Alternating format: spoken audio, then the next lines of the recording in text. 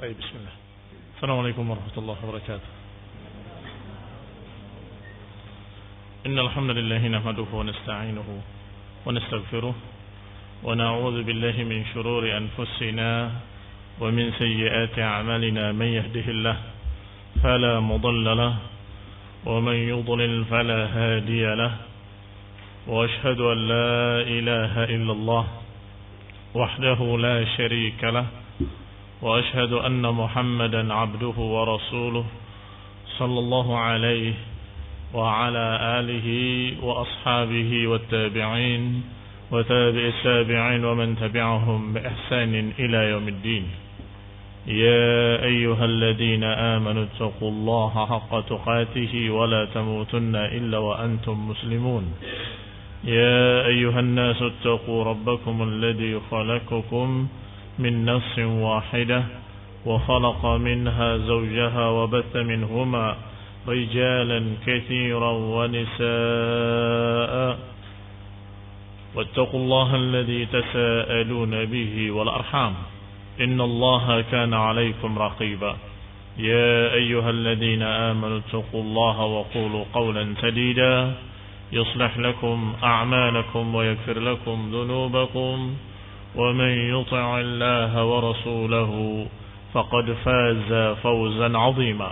أما بعد فإن خير الحديث كتاب الله وخير الهدي هدي محمد صلى الله عليه وعلى آله وسلم وشر الأمور محدثاتها فإن كل محدثة بدعة وكل بدعة ضلالة وكل ضلالة في النار.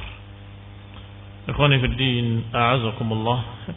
Kita lanjutkan kajian kitab Sirah atau ringkasan Sirah Ibnu Hisham sampai pada ucapan beliau dari Safiyah binti Syaibah anna Rasulullah sallallahu alaihi wa ala alihi wasallam nazala Makkah walamma nazala Makkah watma'anna an-nas kharaja hatta jaa al-baita fatafa bihi sab'an ala rahilatihi. Dari Safiyah binti Syaibah bahwasanya Rasulullah sallallahu alaihi wa ala alihi wasallam ketika beliau sudah singgah di Mekkah dan manusia sudah mulai tenang, kharaja, beliau keluar hatta ja'al bait, sampai mendatangi Ka'bah, Baitullahil Haram. Fatafa bihi, beliau tawaf sab'at ashwat, 7 kali putaran. Ala rahilatihi, di atas kendaraannya. Yastalimur rukun, dan beliau menyentuh rukun bimihjanin, bukan dengan tangannya tapi dengan mihjan. Mihjan itu adalah kayu, tongkat, biyadihi, dan udun mu'waj at-tarf. Mihjan adalah ud, kayu yang ujungnya bengkok, munhanin atau mu'waj ujungnya, tongkat yang bengkok ujungnya. Falamma qada tawafahu, ketika selesai tawafnya, beliau memanggil Utsman ibn Talhah. Da'a Utsman ibn Talhah. Fa akhadha minhu miftah al-Ka'bah. Maka beliau mengambil dari Utsman ibn Talhah kunci Ka'bah. Karena Utsman ibn Talhah adalah pemegang kunci Ka'bah. Fa futihat lahu, maka dibukakan untuknya. Fadakhalaha, maka Nabi pun memasukinya.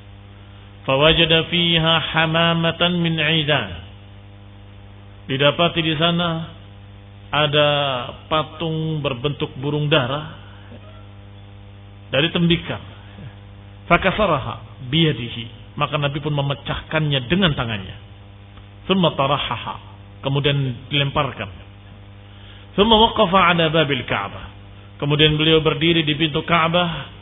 Wa qad istakaffa lahu an-nas fil masjid, sedangkan manusia sudah berkumpul di masjid.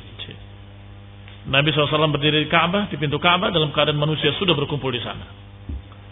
Berkata Ibnu Ishaq rahimahullah, fahaddatsani ba'du ahli al-ilmi, diriwayatkan oleh beberapa ulama bahwa Rasulullah sallallahu alaihi wa ala alihi wasallam berdiri di pintu Ka'bah sambil berkata, la ilaha illallah wahdah la syarikalah, sadaqa wa'dah, wa nasara 'abdah, wa hazama al-ahzaba wahdah. Ala kullu ma'thuratin aw damin aw malin yudda'a fahuwa tahta qadamayya hataini illa sadanatal baiti wa siqayatal haji. Diriwayatkan oleh Ibnu Ishaq bahwa Rasulullah SAW ketika di pintu Ka'bah berkata dengan zikir la ilaha illallah wahdahu la syarikalah, tiada yang berhak diibadahi kecuali Allah sendirinya, tidak sekutu baginya, yang memenuhi janjinya, yang menolong hambanya, yang mengalahkan musuh-musuhnya, pasukan-pasukan Ahzab dengan sendiri. Ala kullu ma'turatin aw damin aw malin yudda'a. Kata beliau, ketahuilah bahwa setiap apa yang didapati, ditemukan, atau darah atau harta yang diaku oleh manusia, fahuwa tahta qadamayya hatain, maka itu semua di bawah kedua telapak kakiku. Artinya aku yang bertanggung jawab. Kalau ada orang yang menuntut darah, minta diatnya, tebusannya, atau ada seorang yang mengatakan bahwa hartanya dirampas, atau ada seorang yang begini dan begitu, semua tuntutan-tuntutan mereka, maka itu tanggung jawabku, kata Nabi, di bawah kaki. Illa sadanatal baiti wa siqayatal hajj, kecuali masalah penjagaan Ka'bah dan masalah tugas memberi minum orang-orang haji. Perlu dikasih catatan dulu bahwa masalah penjagaan Ka'bah atau istilah umumnya di sini kuncen, ya, kunci Ka'bah atau pemegang kunci, ini adalah jabatan yang mulia di masa jahiliyah sampai di zaman Islam. Di zaman jahiliyah mereka merasa bangga kalau memegang kunci Ka'bah dan bertanggung jawab terhadap tamu-tamu Allah Subhanahu wa taala. Itu sejak jahiliyah mereka merasa bangga. Sedangkan terakhir dipegang oleh siapa? Yang dipanggil oleh Nabi tadi, Utsman ibn Talha. Kata Nabi, semuanya di bawah kakiku, di bawah tanggung jawabku, kecuali masalah kunci Ka'bah dan masalah tanggung jawabnya atau masalah tamu-tamu Allah, orang-orang yang datang haji, maka itu tetap dipegang oleh suku yang memegangnya sejak jahiliyah. Ini namanya takrir dari Nabi. Takrir, persetujuan ditetapkan tidak berubah. Tetap Utsman ibn Talha dan kabilahnya dan keturunannya yang memegang masalah kunci Ka'bah dan masalah pelayanan terhadap tamu-tamu Allah Subhanahu wa taala. Kata Nabi itu dikecualikan illa sadanatal bait wa siqayatal haji. Siqayah walaupun maknanya memberi tuangan, maksudnya yang memberi minum dan memberi makan para tamu-tamunya. Ala wa qatilal khata'. Kemudian dibahas rinci tadi secara global, masalah tuntutan darah, masalah tuntutan harta, masalah tuntutan segala macam, itu minta kepadaku, kata Nabi, di bawah kakiku. Kemudian dirincikan, siapa yang terbunuh karena kesalahan, syibhil amad, tetapi mirip dengan sengaja, apakah bisautin aw asa, apakah dengan cambuk cemeti atau dengan tongkat, fafihi diyah mughalladhah, maka dia harus membayar diatnya yang mughalladhah, diat yang sangat besar. Mi'at minal ibil, 100 ekor unta. Di sini masih sama dengan diat pembunuhan-pembunuhan lain, tetapi masih ditambah. Arba'una minha fi butuniha aulad. 40 dari 100 tadi adalah unta-unta bunting yang di dalamnya dalam keadaan ada anaknya. Ini unta yang dalam keadaan hamil tentunya lebih mahal, bahkan bisa 2 kali lipat dari unta biasa. Ini kata Nabi 40 diantaranya harus dalam keadaan bunting. Apa itu pembunuhan syibhul amad? Pembunuhan tidak sengaja tapi mirip dengan sengaja. Ya, ini ada seorang misalnya kena jengkel, memukul orang dengan cambuk atau dengan tongkatnya, tidak bermaksud membunuhnya. Tetapi ketika dipukul, entah terkena apanya, tiba-tiba fatal akibatnya dan kemudian meninggal. Orang tadi akan berkata, saya tidak bermaksud membunuh. Apa buktinya tidak bermaksud membunuh? Bisautin au asa. Cambuk itu umumnya tidak mematikan. Demikian pula tongkat tumpul umumnya tidak mematikan. Bahkan di pengadilan-pengadilan positif dunia pun akan menganggap bahwa itu bukan senjata tajam, bukan senjata yang ada delik hukumnya. Kenapa? Karena umumnya tidak mematikan. Tetapi kalau ternyata tidak disengaja, mati. Saya tidak bermaksud membunuh. Ini adalah syibhul amad. Maka diancamnya dengan ancaman keras. Bukan hanya diat biasa, tetapi diat 100 ekor unta plus yang 40 harus dalam keadaan hamil. Ya ma'syara Quraisy, masih ucapan Rasulullah selanjutnya. Wahai ma'syara Quraisy, innallaha qad adhaba ankum nakhwatal jahiliyah. Wahai orang-orang Quraisy, sesungguhnya Allah telah menghilangkan dari kalian kebiasaan jahiliyah, wa ta'adzumaha bil aba, dan juga membangga-banggakan nenek moyang, membangga-banggakan sukunya masing-masing. Ini sudah dihilangkan oleh Allah Subhanahu wa taala. An-nasu min Adam, manusia semuanya dari Adam. Wa Adam min turab, dan Adam dari turab, dari tanah.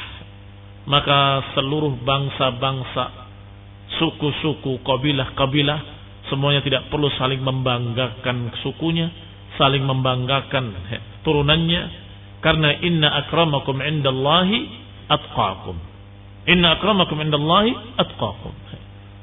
Walaupun ada riwayat-riwayat yang mengesankan, yang menunjukkan bahwa Rasulullah SAW dipilih dari bangsa terbaik, dari suku terbaik, dari keluarga terbaik.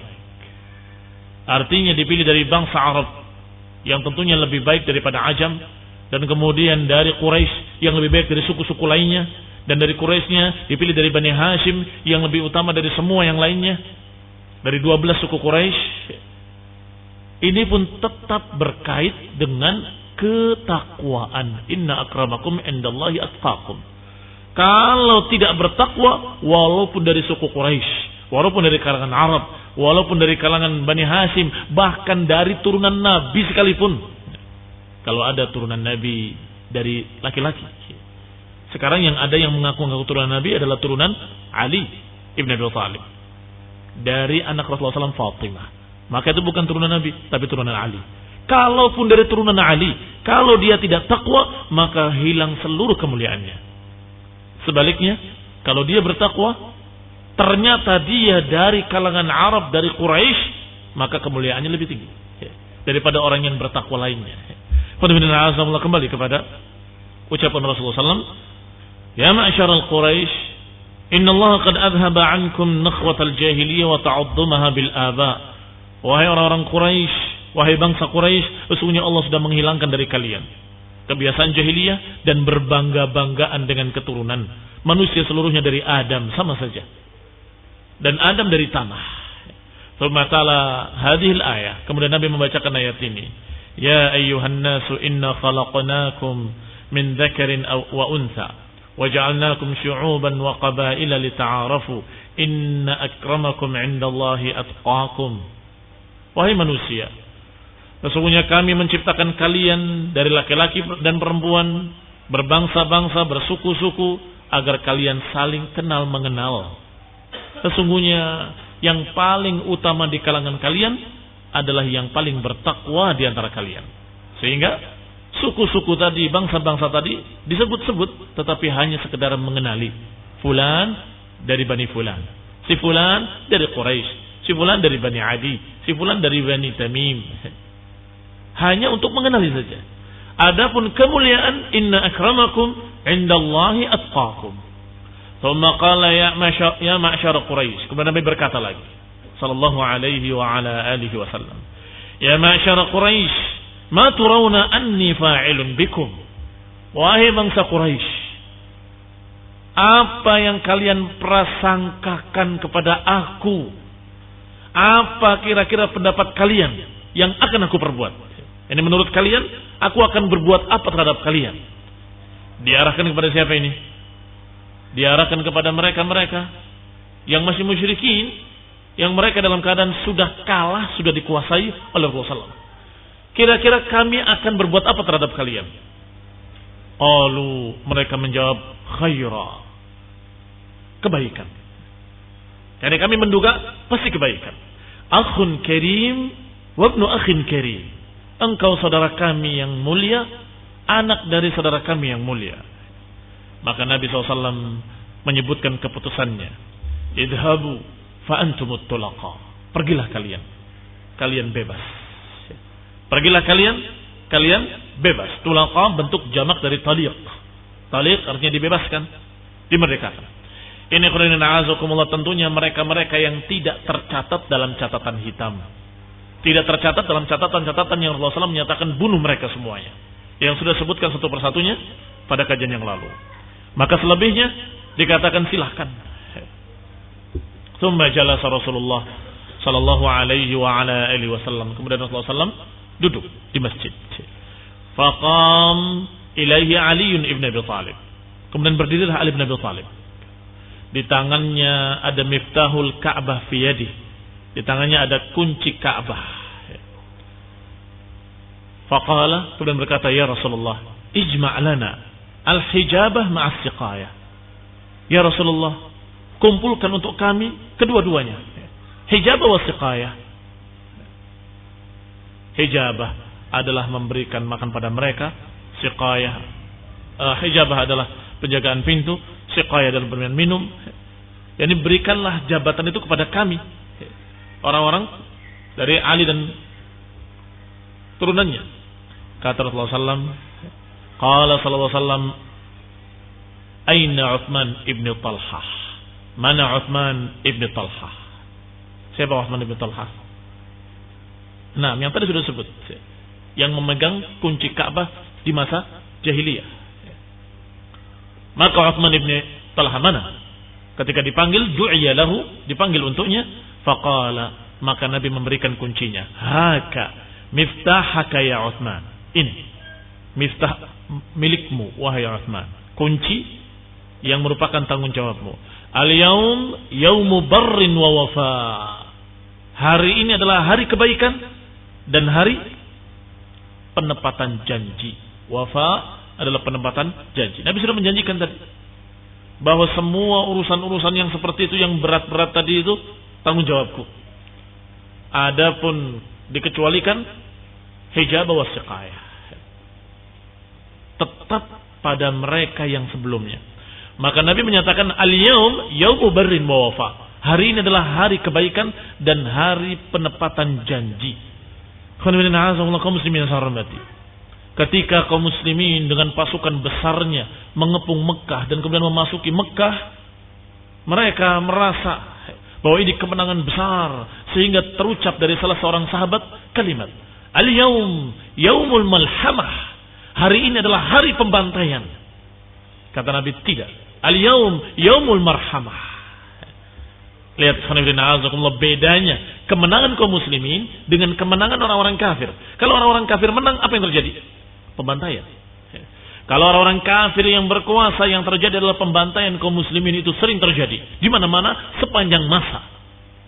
Tetapi kalau kaum muslimin, kaum mukminin, Rasulullah SAW dan para sahabatnya ketika memenangkan dan mengalahkan orang-orang Quraisy dan kemudian menguasai Mekah, yang terjadi bukan malhamah tetapi marhamah. Ketika ada yang mengucapkan dengan suara keras, al-yaum yaumul malhamah, hari ini hari pembantaian, kata Nabi, tidak.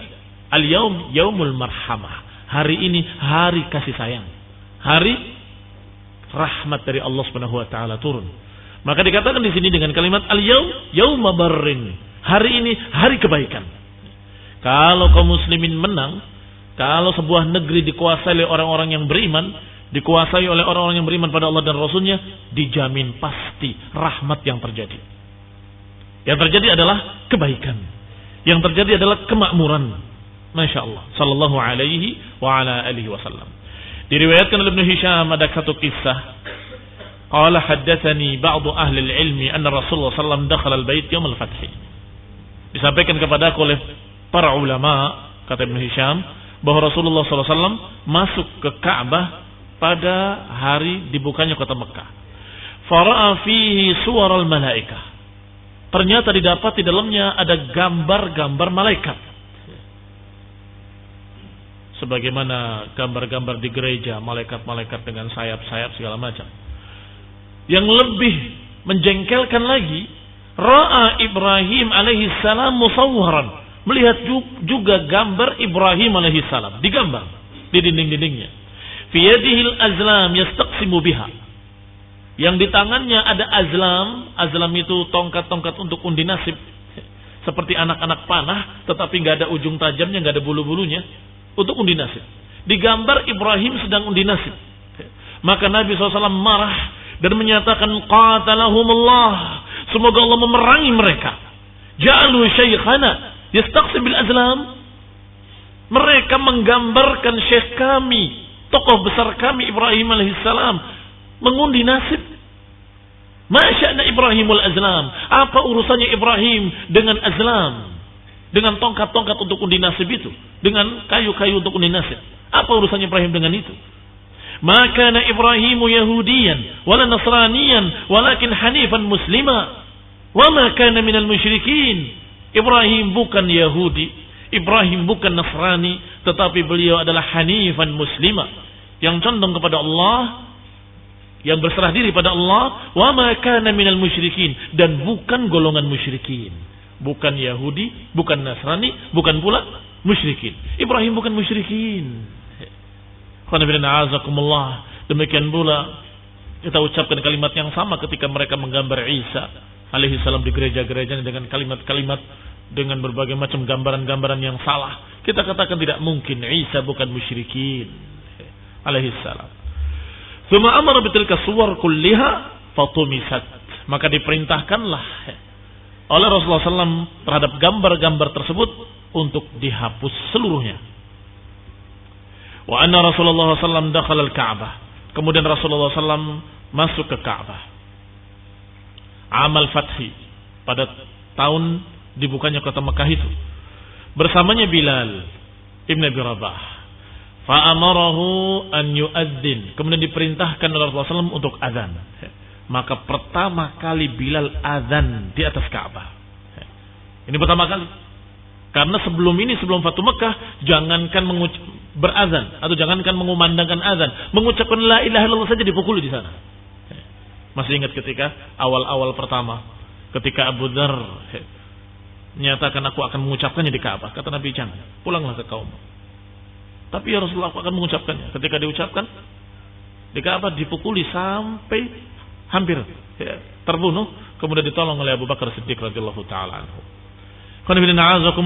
Ternyata ketika Fathu Mekah dikumandangkan adzan pertama kali. Di sana ada beberapa orang-orang yang masih musyrik, duduk bersama Abu Sufyan yang sudah masuk Islam. Abu Sufyan ibn Harb, kemudian Attab ibn Asid, bukan Usaid tapi Asid, wal Harith ibn Hisham, julusun bi fina'il Ka'bah, duduk di halaman Ka'bah. Tidak ada orang lain kecuali 3 orang ini. Berkata Attab ibni Asid. Kata Attab ibni Asid, Asid bapaknya, laqad akramallahu Asidan alla yakunu sami'a hadha fayasma' minhu ma yaghiduhu. Sungguh Allah telah memuliakan bapakku Asid, karena sudah meninggal duluan. Allah telah memuliakan Asid sehingga dia tidak mendengarkan suara ini, suara adzan maksudnya. Fayasma' minhu ma yaghiduhu, kalau saja dia masih hidup dia akan mendengarkan sesuatu yang menjengkelkan. Artinya enak bapakku tidak mendengarkan situasi yang kayak gini. Ini gambaran orang yang sudah kalah, sudah mendengarkan kalimat yang dulu mereka perangi, ternyata berkumandang di sebelahnya, dia nggak bisa berbuat apa-apa. Faqala al-Harith bin Hisham, Harith bin Hisham agak lebih ringan berkatanya. Apa kata dia? Ama wallahi, lau a'lamu annahu muhiqqun lattaba'tuh.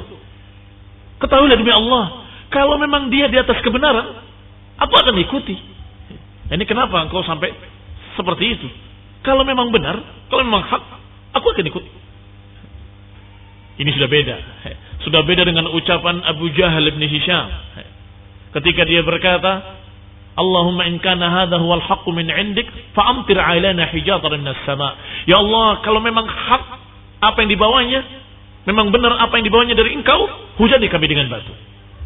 Ya, ini betul-betul juhud, penentangan yang sangat Kalau memang hak, memang benar, hujani kami dengan batu. Artinya yakin bahwa apa yang dibawa oleh Nabi adalah batil. Ini Amr bin Hisham, Abu Jahal. Tetapi sekarang lihat kalimatnya, kalau memang apa yang dibawanya hak, aku akan ikut. Ini khonibina azakumullah. Hidayah masuk sedikit-sedikit pada mereka. Adapun Abu Sufyan tidak berkata apapun. Berkata satu kalimat yang menunjukkan kalau dia tidak berkata. Apa kalimatnya? Qala Abu Sufyan, la aqulu syai'an. Adapun aku enggak akan berkata apapun. Dia berkata, tapi kata-katanya la aqulu syai'an. Aku enggak akan berkata apapun.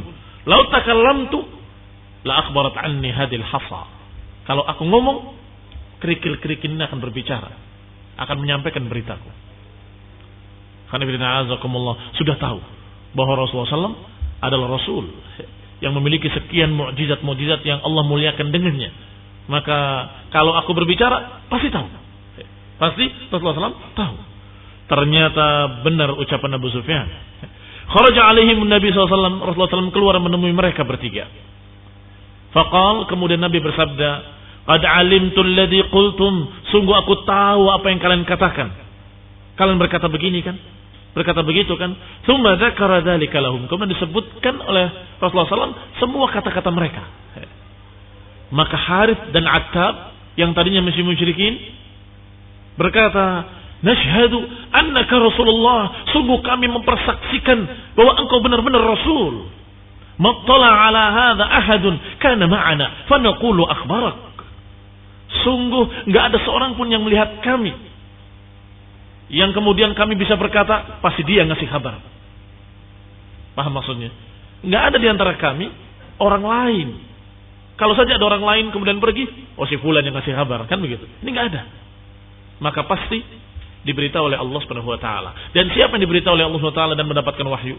Rasul. Nashhadu annaka Rasulullah. Ini khairuddin a'azakumullah kaum muslimin sarnati. Apa yang kita bisa sampaikan siang hari ini, barakallahu fikum. Wassalatu taufiq wal afiyah, wal hidayah wa rahmah. Subhanaka wa bihamdika asyhadu an la ilaha illa anta astaghfiruka wa atubu ilaik. Wassalamu alaikum warahmatullahi wabarakatuh.